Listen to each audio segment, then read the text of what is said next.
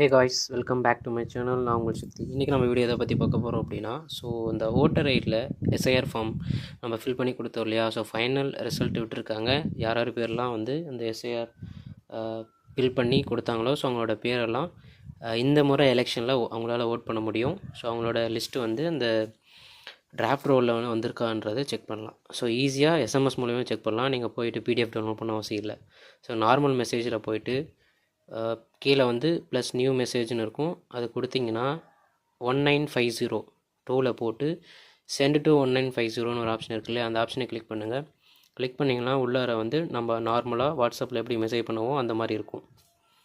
அதை கிளிக் பண்ணிட்டிங்கன்னா இங்கே என்ன பண்ணணும் அப்படின்னா, நான் சொல்கிற டெக்ஸ்ட்டை மட்டும் கரெக்டாக இங்கே கொடுங்க.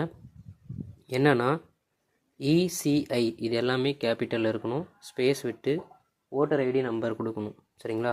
ECI space voter ID number கொடுத்துட்டீங்க அப்படின்னா உங்களுக்கு ஒரு கன்ஃபர்மேஷன் மெசேஜ் வரும். இந்த மாதிரி தேங்க்யூ ஃபார் யுவர் ரெஸ்பான்ஸ் அப்படின்னு சொல்லிட்டு அப்புறம் உங்களோட டீட்டெயில்ஸ் தனியாக ஒரு மெசேஜில் வரும். அதில் உங்களோட பேர், பார்ட் நம்பரு, இப்போ புதுசாக அலோகேட் பண்ண பார்ட் நம்பரு, உங்களோட சீரியல் நம்பரு எல்லாமே பார்த்திங்கன்னா அதில் இருக்கும். ஈஸியாக நீங்கள் பிடிஎஃப்பில் போய்ட்டு ஒன்றா சர்ச் பண்ணுறதுக்கு பதிலாக நீங்கள் இந்த மாதிரி மெத்தடில் ஈஸியாக பண்ணிக்கலாம். கண்டிப்பாக வீடியோ பிடிச்சிருந்தா லைக் பண்ணுங்கள், ஷேர் பண்ணுங்கள். அடுத்த வீடியோவில் சந்திக்கிறேன். Bye and see you all.